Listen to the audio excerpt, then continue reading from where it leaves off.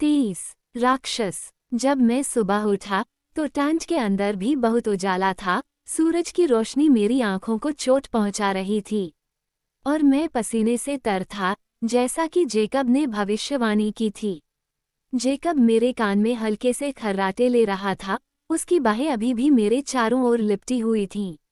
मैंने अपना सिर उसकी गर्म छाती से दूर खींच लिया और अपने नम गाल पर ठंडी सुबह की चुभन महसूस की। जेकब ने नींद में आह भरी, उसकी बाहें अनजाने में कस गईं। मैं छटपटा रही थी, उसकी पकड़ ढीली करने में असमर्थ थी, अपना सिर इतना ऊपर उठाने के लिए संघर्ष कर रही थी कि देख सकूं। एडवर्ड ने मेरी नज़रों से नज़रें मिलाईं। उसका चेहरा शांत था, लेकिन उसकी आंखों में दर्द साफ झलक रहा था।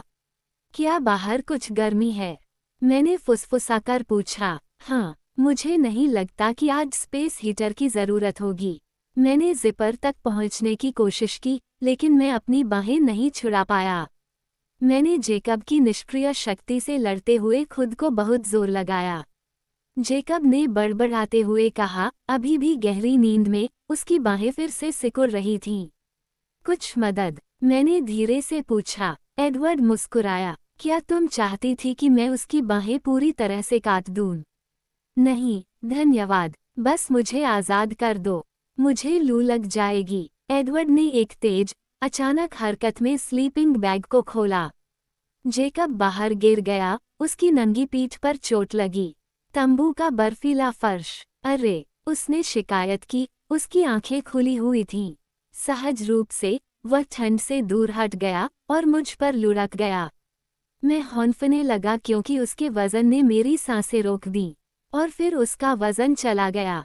मैंने महसूस किया कि जेकब तंबू के एक खंभे से टकराया और तंबू हिल गया। चारों ओर से गुर्राहटें फूट पड़ीं। एडवर्ड मेरे सामने झुका हुआ था और मैं उसका चेहरा नहीं देख पा रहा था, लेकिन उसके सीने से गुस्से से गुर्राहटें निकल रही थीं। जेकब भी आधा झुका हुआ था, उसका पूरा शरीर कांप रहा था, जबकि उसके भीगे हुए दांतों से गुर्राहटें निकल रही थीं। टेंट के बाहर सेठ क्लियरवाटर की क्रूर गुर्राहटें चट्टानों से गूंज रही थीं। बस करो, बस करो, मैंने चिल्लाते हुए कहा, खुद को उनके बीच में रखने के लिए अजीब तरह से छटपटाते हुए। जगह इतनी छोटी थी कि मुझे दोनों की छाती पर एक एक हाथ रखने के लिए ज्यादा दूर नहीं जाना पड़ा। एडवर्ड ने अपना हाथ मेरी कमर के चारों ओर लपेटा, मुझे रास्ते से हटाने के लिए तैयार था। अब बस करो, मैंने उसे चेतावनी दी। मेरे स्पर्श से जेकब ने खुद को शांत करना शुरू कर दिया। कंपन कम हो गई, लेकिन उसके दांत अभी भी बाहर निकले हुए थे। उसकी आंखें एडवर्ड पर पूरी तरह से केंद्रित थीं। सेठ लगातार गुर्राता रहा, एक लंबी, बिना रुके आवाज, तंबू में अचानक आए सन्नाटे की हिंसक पृष्ठभूमि। जेकब, मैंने पूछा, जब तक कि उसने अपनी नजरें हटाकर मेरी ओर नहीं देखा। क्या तुम्हें चोट लगी है? बिल्कुल नहीं, वह फुसफुसाया। मैं एडवर्ड की ओर मुड़ा। वह मेरी ओर देख रहा था, उसका चेहरा कठोर और गुस्से से भरा हुआ था। यह अच्छा नहीं था, तुम्हें माफी मांगनी चाहिए। उसकी आंखें घृणा से फैल गईं। तुम मजाक कर रही हो, वह तुम्हें कुचल रहा था, क्योंकि तुमने उसे फर्श पर फेंक दिया था। उसने ऐसा जानबूझकर नहीं किया था और उसने मुझे चोट नहीं पहुंचाई। एडवर्ड ने कराहते हुए विद्रोह किया। धीरे धीरे उसने जेकब को शत्रुतापूर्ण नजरों से घूरते हुए देखा। माफी चाहता हूँ, कुत्ते। कोई नुकसान नहीं हुआ, जेकब ने अपनी आवाज में ताना मारते हुए कहा। ठंड अभी भी थी, हालांकि उतनी नहीं जितनी पहले थी। मैंने अपनी बाहें अपनी छाती के चारों ओर लपेट लीं। यहाँ, एडवर्ड ने फिर से शांत होकर कहा।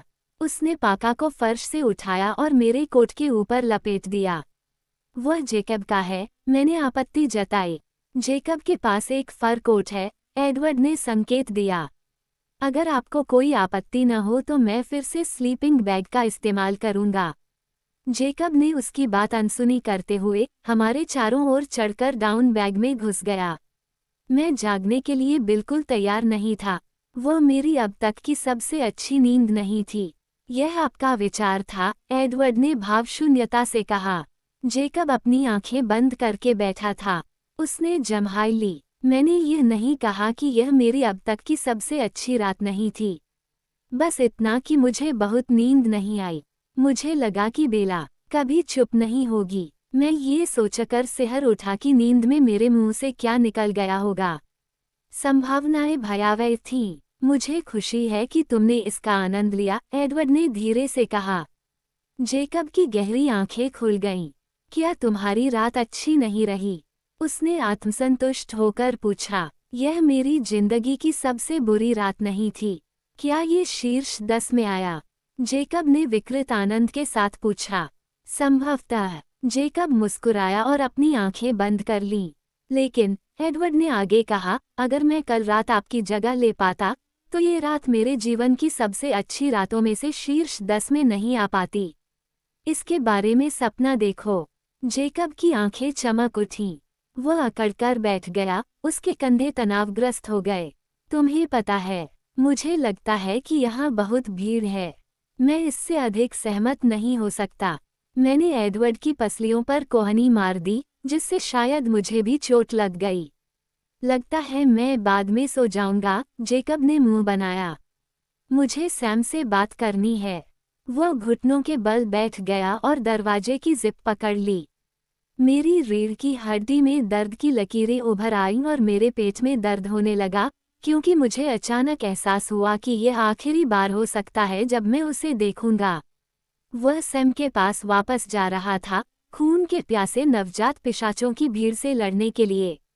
जैक, रुको, मैंने उसके पीछे हाथ बढ़ाया, मेरा हाथ उसकी बांह पर फिसल रहा था।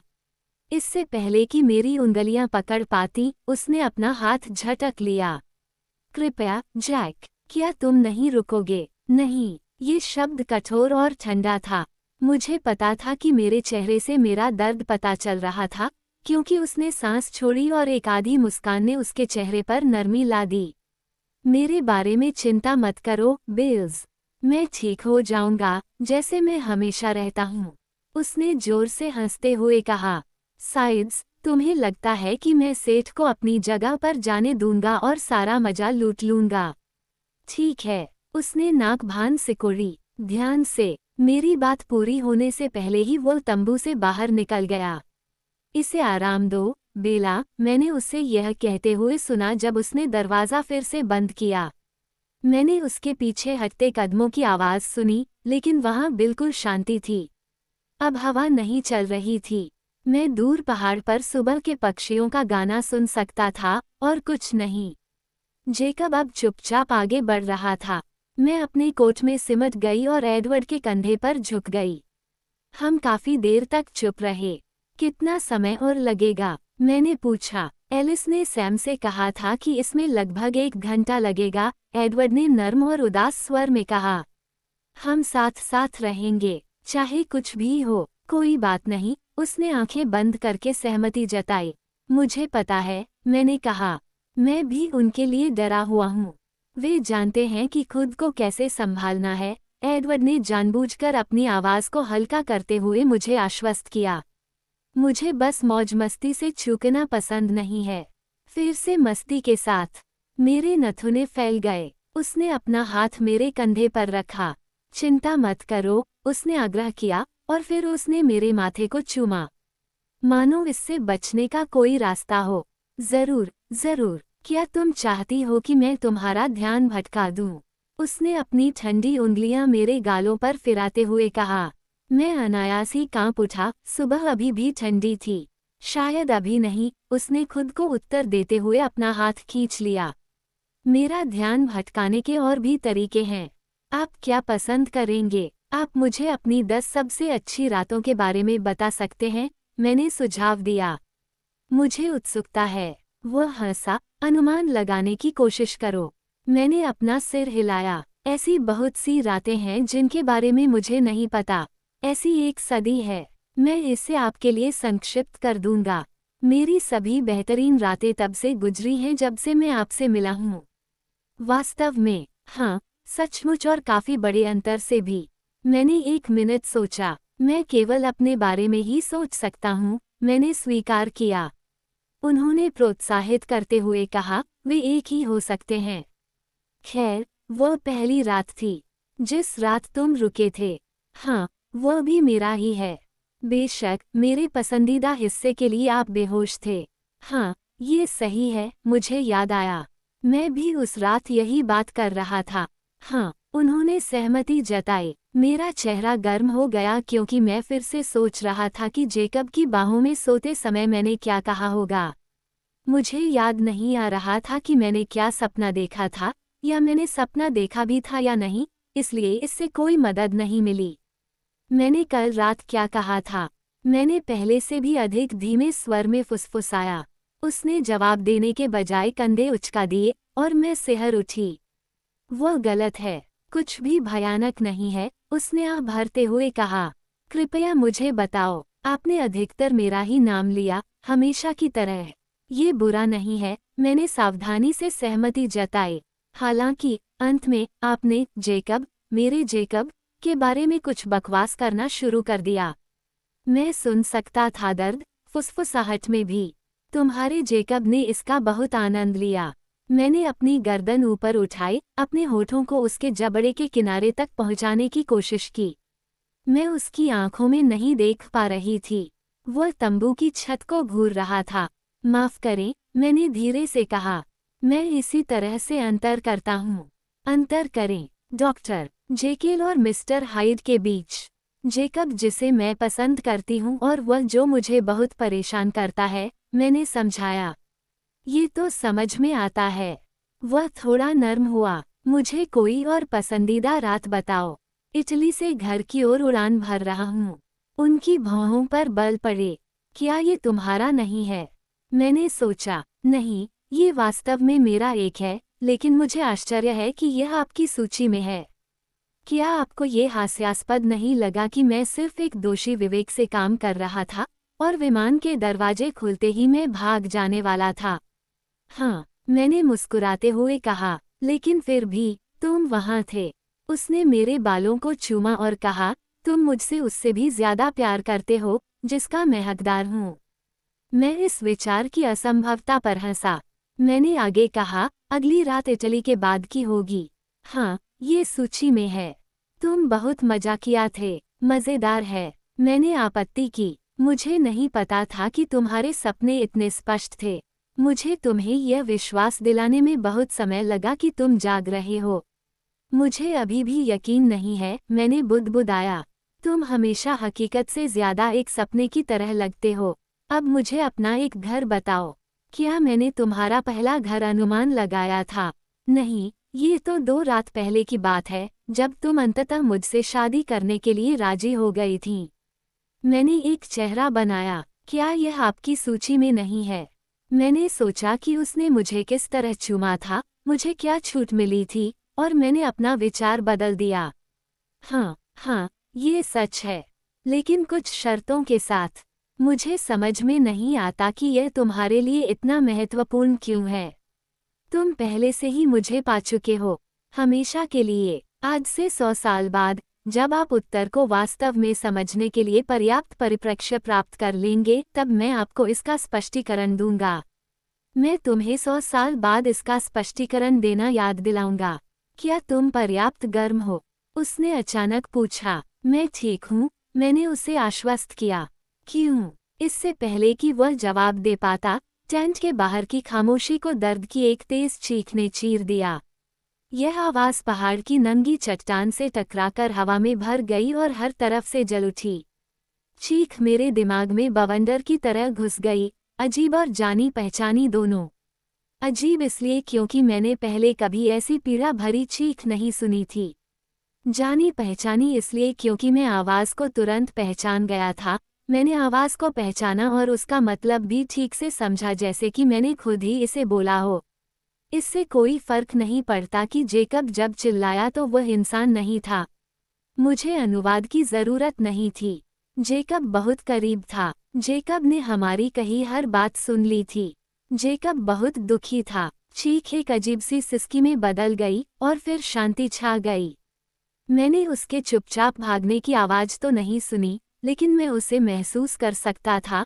मैं उसकी अनुपस्थिति को महसूस कर सकता था। जो मैंने पहले गलत अनुमान लगाया था, वह खाली जगह जो उसने अपने पीछे छोड़ी थी। क्योंकि तुम्हारा स्पेस हीटर अपनी सीमा तक पहुंच गया है, एडवर्ड ने शांति से उत्तर दिया। युद्धविराम समाप्त हो गया, उसने कहा, इतनी धीमी आवाज में कि मैं यकीन नहीं कर सका कि उसने वास्तव में यही कहा था।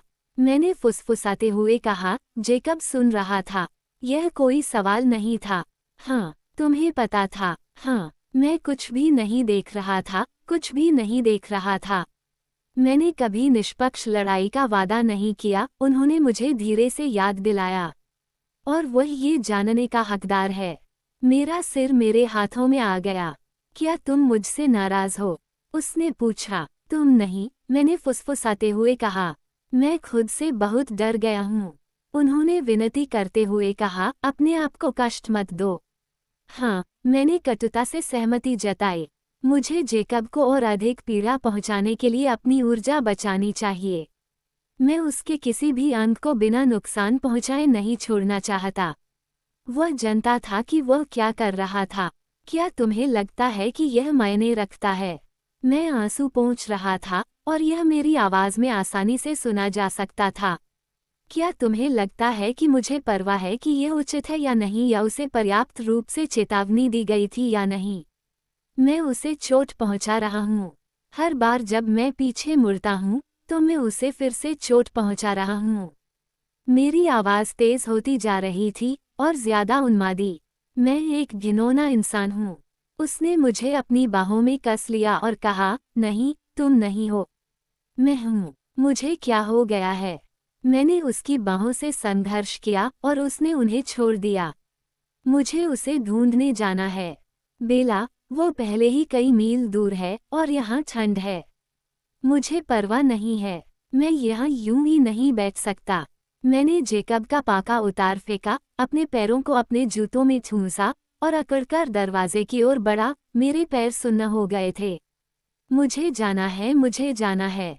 मुझे नहीं पता था कि वाक्य को कैसे पूरा करना है, मुझे नहीं पता था कि क्या करना है, लेकिन मैंने फिर भी दरवाज़ा खोला और उजली, बर्फीली सुबह में बाहर निकल आया। पिछली रात के तूफान के प्रकोप के बाद मैंने जितना सोचा था, उससे कम बर्फ थी। संभवतः ये दक्षिण पूर्व में कम चमकती धूप में पिघलने के बजाय उड़ गई थी, जो उस बर्फ को छू रही थी जो मेरी बेकाबू आंखों में चुभ रही थी। हवा में अभी भी चुभन थी, लेकिन ये पूरी तरह शांत थी और जैसे जैसे सूरज ऊपर चढ़ता गया, मौसम के अनुकूल होती गई।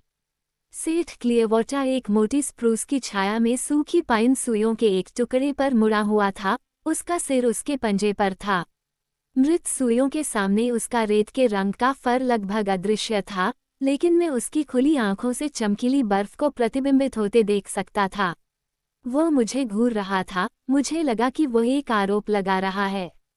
मुझे पता था कि एडवर्ड मेरा पीछा कर रहा था, क्योंकि मैं पेड़ों की ओर लड़खड़ा रहा था। मैं उसे सुन नहीं पाया, लेकिन सूरज की रोशनी उसकी त्वचा पर चमकते इंद्रधनुषों में परावर्तित हो रही थी जो मेरे आगे नाच रहे थे। जब तक मैं जंगल की छाया में कई कदम आगे नहीं बढ़ गया, तब तक उसने मुझे रोकने के लिए हाथ नहीं बढ़ाया। उसके हाथ ने मेरी बाईं कलाई पकड़ ली। जब मैंने खुद को छुड़ाने की कोशिश की तो उसने इस पर ध्यान नहीं दिया। तुम उसके पीछे नहीं जा सकते, आज नहीं, लगभग समय हो गया है, और खुद को खो देने से किसी को भी मदद नहीं मिलेगी, फिर चाहे कुछ भी हो। मैंने अपनी कलाई मोड़ ली, बेकार में खींचता रहा। मुझे खेद है, बेला, उसने फुसफुसाते हुए कहा। मुझे खेद है कि मैंने ऐसा किया। तुमने कुछ नहीं किया, यह मेरी गलती है। मैंने ये किया, मैंने सब कुछ गलत किया। मैं ऐसा कर सकता था जब वह, मुझे ऐसा नहीं करना चाहिए था। दशमलव एक। मैं रो रही थी। बेला, बेला, उसने मुझे अपनी बाहों में जकड़ लिया और मेरे आंसू उसकी कमीज में समा गए। मुझे उससे कहना चाहिए था कि मुझे इस तरह से पता नहीं चलना चाहिए था। क्या ये सही हो सकता था? उसने कहा, क्या तुम चाहती हो कि मैं देखूं कि क्या मैं उसे वापस ला सकता हूं, ताकि तुम उससे बात कर सको? अभी भी थोड़ा समय है, एडवर्ड ने धीमी आवाज में पीड़ा के साथ कहा। मैंने उसके सीने में सिर हिलाया, उसका चेहरा देखने से डर रही थी। तंबू के पास रुको, मैं जल्द ही वापस आ जाऊंगा। उसकी बाहें गायब हो गईं। वो इतनी जल्दी चला गया कि 1 सेकंड में ही जब मैंने ऊपर देखा, वह जा चुका था। मैं अकेला था। मेरे सीने से एक नई सिसकी फूट पड़ी। आज मैं सबको दुख दे रही थी। क्या कोई ऐसी चीज थी जिसे मैंने छुआ हो और जो खराब न हुई हो? मुझे नहीं पता था कि अब यह मुझे इतना क्यों परेशान कर रहा था। ऐसा नहीं था कि मुझे पहले से पता नहीं था कि यह सब होने वाला है। लेकिन जेकब ने कभी इतनी दृढ़ता से प्रतिक्रिया नहीं की थी। उसने अपना अति आत्मविश्वास खो दिया था और अपने दर्द की तीव्रता को दिखाया था। उसकी पीड़ा की आवाज़ अभी भी मुझे चुभ रही थी, कहीं मेरी छाती में। उसके ठीक बगल में दूसरा दर्द था, जेकब के दर्द को महसूस करने का दर्द, एडवर्ड को चोट पहुंचाने का दर्द भी, जेकब को संयम से जाते हुए न देख पाने का दर्द, ये जानते हुए कि यह सही बात है, एकमात्र तरीका है। मैं स्वार्थी था, मैं दुखदाई था।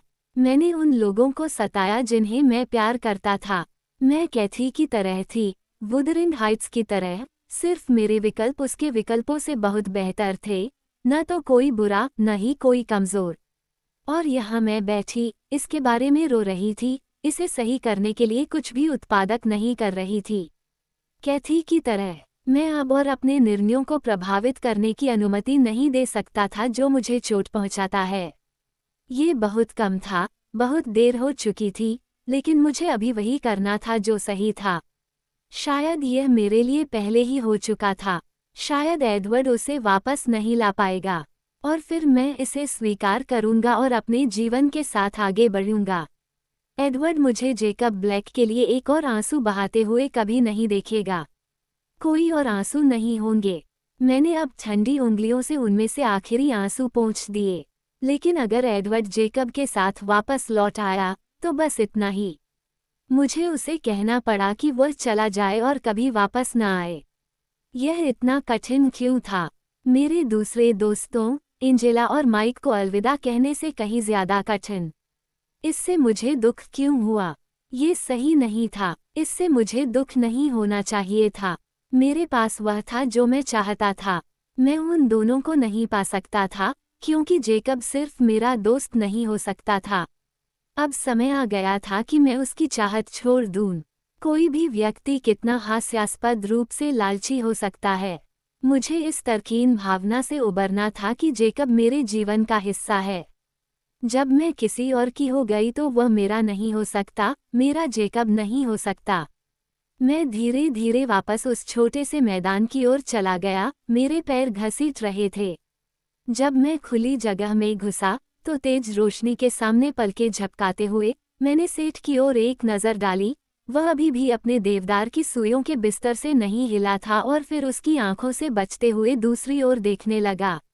मुझे महसूस हो रहा था कि मेरे बाल बेतरतीब थे, मेडुसा के सांपों की तरह गुच्छों में उलझे हुए थे। मैंने अपनी उंगलियों से उन्हें खींचा और फिर जल्दी से हार मान ली। वैसे भी मैं कैसी दिखती हूँ, इसकी परवाह किसे थी? मैंने टेंट के दरवाजे के पास लटकी कैंटीन को पकड़ा और उसे हिलाया। ये गीली हो गई, इसलिए मैंने ढक्कन खोला और बर्फ के पानी से अपना मुंह धोने के लिए एक घूंट लिया। आसपास कहीं खाना था, लेकिन मुझे इतनी भूख नहीं थी कि मैं उसे ढूंढूं। मैं उस छोटी सी जगह में चहलकदमी करने लगा और महसूस कर रहा था कि सेठ की नज़रें पूरे समय मुझ पर टिकी हुई हैं। क्योंकि मैं उसकी तरफ नहीं देख रहा था, इसलिए मेरे दिमाग में वह फिर से लड़का बन गया। विशाल भेड़िए की बजाय बिल्कुल छोटे जेकब की तरह। मैं सेठ से कहना चाहता था कि अगर जेकब वापस आ रहा है तो वह भौंककर या कोई और संकेत देकर बताए, लेकिन मैंने खुद को रोक लिया। जेकब वापस आए या नहीं, इससे कोई फर्क नहीं पड़ता। अगर वह वापस नहीं आए तो शायद यह आसान हो। मैं चाहता था कि मेरे पास एडवर्ड को बुलाने का कोई तरीका हो। सेठ उस क्षण रोया और अपने पैरों पर खड़ा हो गया। यह क्या है? मैंने उससे मूर्खतापूर्ण ढंग से पूछा। उसने मेरी बात अनसुनी कर दी, पेड़ों के किनारे की ओर दौड़ता हुआ चला गया और अपनी नाक पश्चिम की ओर कर ली। वह रोने लगा। क्या ये बाकी लोग हैं, सेठ? मैंने पूछा। समाशोधन में उसने मेरी तरफ देखा और एक बार धीरे से चिल्लाया, फिर अपनी नाक को सावधानी से पश्चिम की ओर मोड़ लिया। उसके कान पीछे हो गए और वह फिर से कराह उठा। मैं इतना मूर्ख क्यों था? मैं क्या सोच रहा था? एडवर्ड को दूर भेज रहा था। मुझे कैसे पता चलता कि क्या हो रहा था? मैंने भेड़िया जैसी बातें नहीं की। डर की ठंडी धार मेरी रीढ़ से नीचे बहने लगी। क्या होगा अगर समय खत्म हो गया? क्या होगा अगर जेकब और एडवर्ड बहुत करीब आ गए? क्या होगा अगर एडवर्ड ने लड़ाई में शामिल होने का फैसला किया? मेरे पेट में बर्फीले डर का जमावड़ा हो गया। क्या होगा अगर सेठ की परेशानी का समाशोधन से कोई लेना देना नहीं था और उसकी चीख एक इनकार थी? क्या होगा अगर जेकब और एडवर्ड एक दूसरे से लड़ रहे हों, दूर कहीं जंगल में? वे ऐसा नहीं करेंगे, है न? अचानक मुझे एहसास हुआ कि अगर गलत शब्द कहे गए तो वे ऐसा करेंगे। मैंने आज सुबह तंबू में हुए तनावपूर्ण गतिरोध के बारे में सोचा और मुझे आश्चर्य हुआ कि क्या मैंने कम करके आंका था कि यह लड़ाई के कितने करीब आ गया था। यदि मैं किसी तरह उन दोनों को खो दूं तो यह मेरे लिए इससे अधिक कुछ नहीं होगा। बर्फ मेरे दिल के चारों ओर जम गई।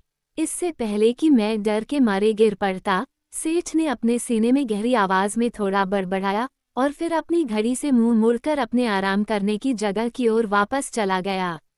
इससे मुझे शांति मिली, लेकिन मैं चिढ़ भी गया। क्या वह मिट्टी में कोई संदेश नहीं लिख सकता था या कुछ और?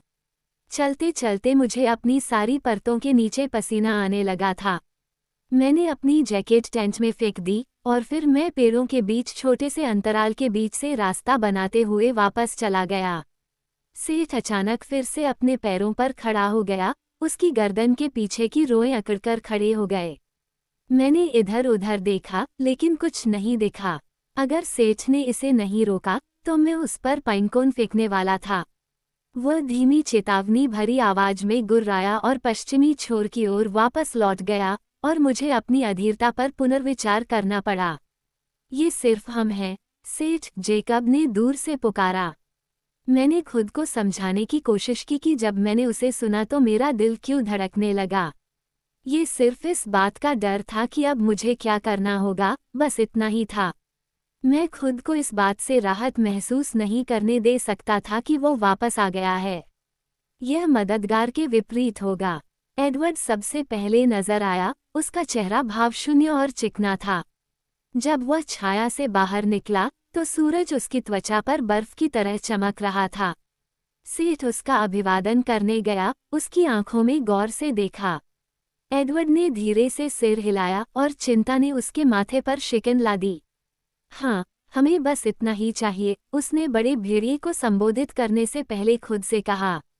मुझे लगता है कि हमें आश्चर्यचकित नहीं होना चाहिए, लेकिन समय बहुत करीब होने वाला है। कृपया सैम को एलिस से शेड्यूल को बेहतर ढंग से तय करने के लिए कहने को कहें। सेठ ने एक बार अपना सिर नीचे किया और मैंने चाहा कि मैं गुर्राहट कर सकूं। जरूर, वह अब सिर हिला सकता था। मैंने अपना सिर घुमाया, परेशान होकर, और महसूस किया कि जेकब वहां था। वह मेरी तरफ पीठ करके खड़ा था और जिस तरफ से आया था उसी तरफ मुंह करके खड़ा था। मैं सावधानी से उसके मुड़ने का इंतजार कर रहा था। बेला, एडवर्ड ने अचानक मेरे बगल में आकर बड़बड़ाया। उसने मेरी ओर देखा और उसकी आंखों में चिंता के अलावा कुछ नहीं दिखा। उसकी उदारता का कोई अंत नहीं था। मैं अब उससे कम की हकदार थी, जितना मैंने कभी किया था। इसमें थोड़ी जटिलता है, उसने मुझे बताया, उसकी आवाज में चिंता नहीं थी। मैं सेठ को थोड़ी दूर ले जाऊंगा और मामले को सुलझाने की कोशिश करूंगा। मैं बहुत दूर नहीं जाऊंगा, लेकिन मैं सुनूंगा भी नहीं। मुझे पता है कि तुम किसी दर्शक की तलाश नहीं कर रहे हो, चाहे तुम किसी भी रास्ते पर जाओ। केवल अंत में ही दर्द उसकी आवाज में फूट पड़ा। मुझे उसे फिर कभी दुख नहीं पहुंचाना था। यही मेरे जीवन का मिशन होगा। मैं फिर कभी उसकी आंखों में यह भाव नहीं आने दूंगा। मैं इतना परेशान था कि उससे पूछ भी नहीं पाया कि नई समस्या क्या है। मुझे अभी किसी और चीज की जरूरत नहीं थी। जल्दी वापस आओ, मैंने फुसफुसाया। उसने मेरे होठों पर हल्के से चुंबन लिया और फिर सेठ को अपने साथ लेकर जंगल में गायब हो गया। जेकब अभी भी पेड़ों की छाया में था, मैं उसके चेहरे के हाव भाव स्पष्ट रूप से नहीं देख सका। मुझे जल्दी है, बेला, उसने उदास स्वर में कहा। तुम इसे जल्दी से जल्दी क्यों नहीं कर लेती? मैंने निगल लिया। मेरा गला अचानक इतना सूख गया कि मुझे यकीन नहीं था कि मैं आवाज निकाल पाऊंगा या नहीं। बस शब्द बोलो और काम खत्म। मैंने एक गहरी सांस ली। मुझे खेद है कि मैं इतना घटिया इंसान हूँ, मैंने फुसफुसाते हुए कहा। मुझे खेद है कि मैं इतना स्वार्थी रहा हूँ। काश मैं तुमसे कभी नहीं मिला होता तो मैं तुम्हें इस तरह से चोट नहीं पहुंचा पाता। मैं ऐसा अब और नहीं करूंगा, मैं वादा करता हूँ। मैं तुमसे बहुत दूर रहूंगा। मैं राज्य से बाहर चला जाऊंगा। तुम्हें फिर कभी मेरी ओर देखने की जरूरत नहीं पड़ेगी। उन्होंने कटुतापूर्वक कहा, यह कोई बड़ी माफी नहीं है। मैं अपनी आवाज फुसफुसाहट से ज्यादा ऊंची नहीं कर सका। मुझे बताओ कि इसे सही तरीके से कैसे करना है। क्या होगा अगर मैं नहीं चाहता कि तुम जाओ? क्या होगा अगर मैं चाहूं कि तुम यहीं रहो, स्वार्थी हो या नहीं? अगर तुम मेरे साथ कुछ करने की कोशिश कर रहे हो, तो क्या मुझे कुछ कहने का अधिकार नहीं है? इससे कुछ नहीं होगा, जैक। जब हम दोनों अलग अलग चीजें चाहते थे, तब तुम्हारे साथ रहना गलत था। इससे कुछ नहीं होने वाला। मैं तुम्हें चोट पहुंचाता रहूंगा। मैं तुम्हें और चोट नहीं पहुंचाना चाहता। मुझे इससे नफरत है। मेरी आवाज टूट गई। उसने आह भरी। रुको, तुम्हें कुछ और कहने की जरूरत नहीं है। मैं समझ गया। मैं उसे बताना चाहता था कि मुझे उसकी कितनी याद आएगी, लेकिन मैंने अपनी जीभ काट ली। इससे भी कुछ मदद नहीं मिलने वाली थी। वो एक पल के लिए चुपचाप खड़ा रहा, जमीन को घूरता रहा, और मैंने उसके पास जाकर उसे अपनी बाहों में लेने की इच्छा को रोका, उसे सांत्वना देने के लिए। और फिर उसका सिर अचानक ऊपर उठा। ठीक है, तुम अकेले नहीं हो जो आत्मा बलिदान करने में सक्षम हो, उसने अपनी आवाज को और मजबूत करते हुए कहा। दो लोग इस खेल में खेल सकते हैं। क्या मैंने खुद बहुत बुरा व्यवहार किया है? मैंने तुम्हारे लिए इसे जरूरत से ज्यादा मुश्किल बना दिया है। मैं ऐसा कर सकता था। शुरुआत में तो मैंने बहुत ही विनम्रता से हार मान ली थी। लेकिन मैंने तुम्हें भी दुख पहुंचाया है। यह मेरी गलती है। मैं तुम्हें यहाँ सारा दोष लेने नहीं दूंगा, बेला। यह सारी महिमा भी नहीं। मैं जानता हूँ कि मुझे खुद को कैसे छुड़ाना है। तुम क्या बात कर रहे हो? मैंने पूछा। उसकी आंखों में अचानक उन्मत्त चमक देखकर मैं डर गया। उसने सूरज की तरफ देखा और फिर मेरी तरफ मुस्कुराया। वहाँ नीचे एक बहुत गंभीर लड़ाई चल रही है। मुझे नहीं लगता कि खुद को तस्वीर से बाहर निकालना इतना मुश्किल होगा। उसके शब्द धीरे धीरे एक एक करके मेरे दिमाग में समा गए और मैं सांस नहीं ले पा रहा था। जेकब को अपने जीवन से पूरी तरह से निकाल देने के मेरे सभी इरादों के बावजूद मुझे उस सटीक सेकंड तक एहसास नहीं हुआ कि ऐसा करने के लिए चाकू को कितनी गहराई तक जाना होगा। ओह नहीं, जैक। नहीं नहीं नहीं नहीं, मैं डर के मारे घुटकर बोली। नहीं जैक, नहीं, प्लीज नहीं। मेरे घुटने कांपने लगे। इसमें क्या अंतर है, बेला? इससे तो सभी को सुविधा ही होगी। तुम्हें कहीं और जाने की भी जरूरत नहीं पड़ेगी। नहीं, मेरी आवाज तेज हो गई। नहीं जेकब, मैं तुम्हें ऐसा नहीं करने दूंगा। तुम मुझे कैसे रोकोगे? उसने हल्के से ताना मारते हुए कहा और अपने स्वर में तीखापन कम करने के लिए मुस्कुराया। जेकब, मैं तुमसे विनती करती हूँ, मेरे साथ रहो। अगर मैं हिल पाती तो घुटनों के बल गिर जाती। 15 मिनट के लिए, जबकि मैं एक अच्छी लड़ाई से चूक जाऊं। ताकि जैसे ही तुम्हें लगे कि मैं फिर से सुरक्षित हो जाऊं, तुम मुझसे दूर भाग सको। तुम मजाक कर रहे हो। मैं भागूंगा नहीं। मैंने अपना मन बदल लिया है। हम कुछ न कुछ हल निकाल लेंगे, जेकब। हमेशा कोई न कोई समझौता हो ही जाता है। मत जाओ। तुम झूठ बोल रही हो। मैं नहीं हूँ। तुम्हें पता है कि मैं कितना बड़ा झूठा हूँ। मेरी आंखों में देखो। अगर तुम ऐसा करोगे तो मैं रुक जाऊंगा। उसका चेहरा सख्त हो गया। और मैं शादी में तुम्हारा सबसे अच्छा आदमी हो सकता हूँ। कुछ देर बाद ही मैं कुछ बोल पाया और फिर भी मैं उसे केवल यही उत्तर दे सका, कृपया।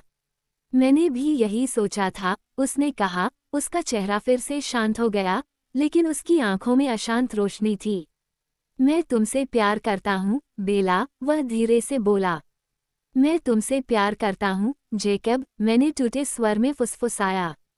वह मुस्कुराया, मैं ये बात तुमसे बेहतर जानता हूँ। वह चलने के लिए मुड़ा। कुछ भी, मैंने घुटी हुई आवाज में उसे पुकारा। जो भी तुम चाहो, जेकब। बस ऐसा मत करो। वह रुका और धीरे से मुड़ा। मुझे नहीं लगता कि आपका मतलब यह है। मैंने विनती की, रुको। उसने अपना सिर हिलाया। नहीं, मैं जा रहा हूँ। वह रुका, जैसे कुछ तय कर रहा हो। लेकिन मैं इसे भाग्य पर छोड़ सकता हूँ। क्या मतलब है तुम्हारा? मैंने घुटते हुए कहा। मुझे जानबूझकर कुछ भी करने की जरूरत नहीं है। मैं बस अपने पैक के लिए अपना सर्वश्रेष्ठ कर सकता हूँ और जो होता है उसे होने दे सकता हूँ। उसने कंधे उचकाए। अगर तुम मुझे यकीन दिला सको कि तुम सच में चाहते थे कि मैं वापस आऊं, तुम निस्वार्थ काम करना चाहते थे। कैसे? मैंने पूछ लिया। उन्होंने सुझाव दिया, आप मुझसे पूछ सकते हैं। वापस आओ, मैंने फुसफुसाते हुए कहा। उसे कैसे संदेह हो सकता था कि मैं यही कह रहा था। उसने फिर मुस्कुराते हुए अपना सिर हिलाया। मैं इस बारे में बात नहीं कर रहा हूँ। मुझे ये समझने में 1 सेकंड लगा कि वह क्या कह रहा था, और इस दौरान वह मेरी प्रतिक्रिया के बारे में आश्वस्त भाव से मेरी ओर देख रहा था।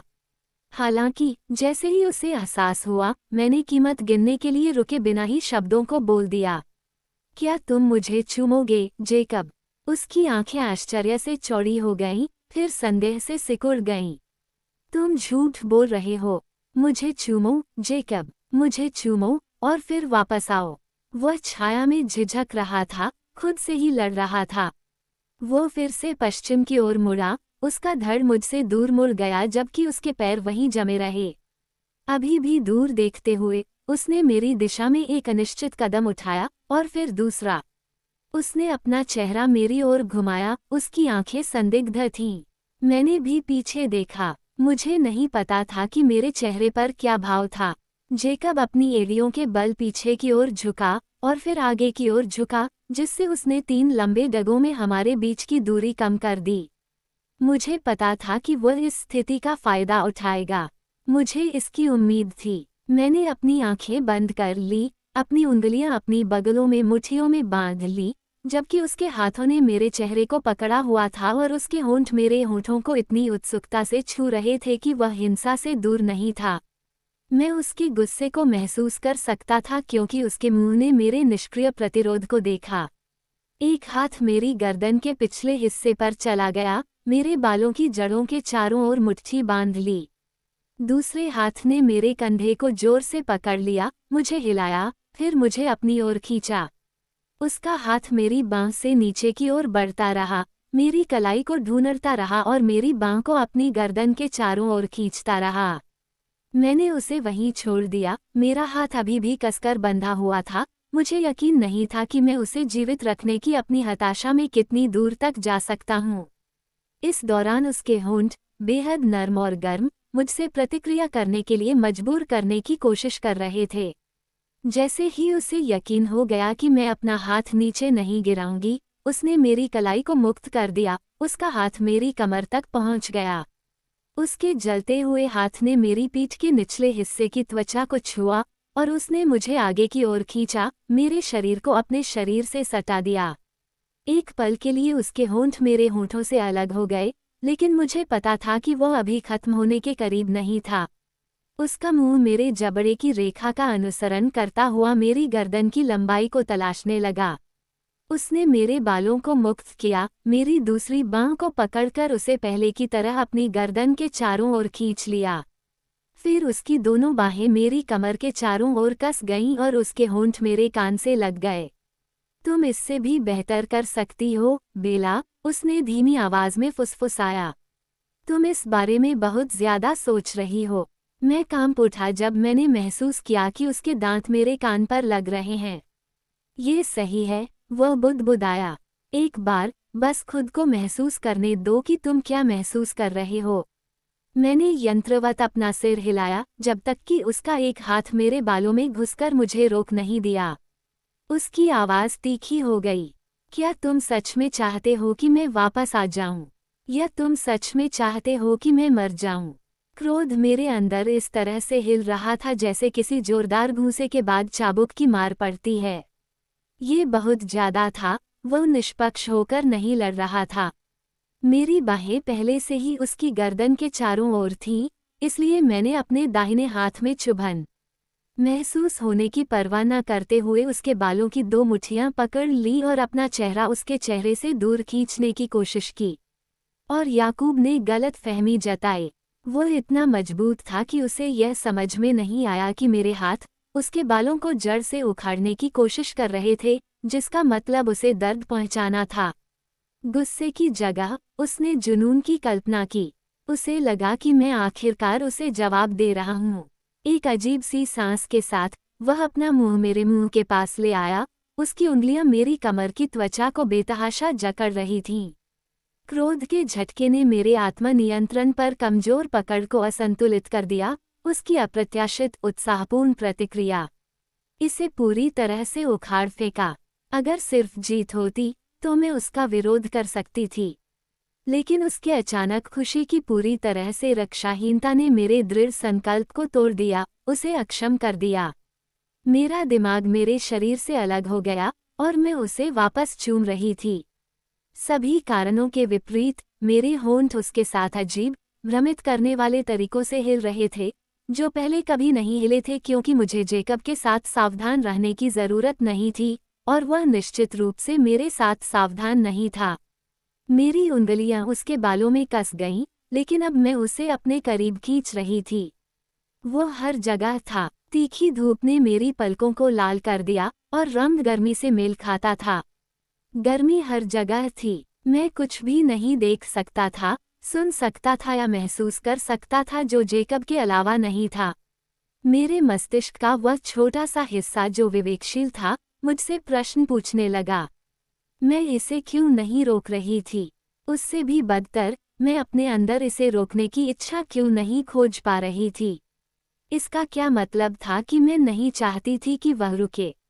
कि मेरे हाथ उसके कंधों से चिपके हुए थे और मुझे अच्छा लग रहा था कि वे चौड़े और मजबूत थे?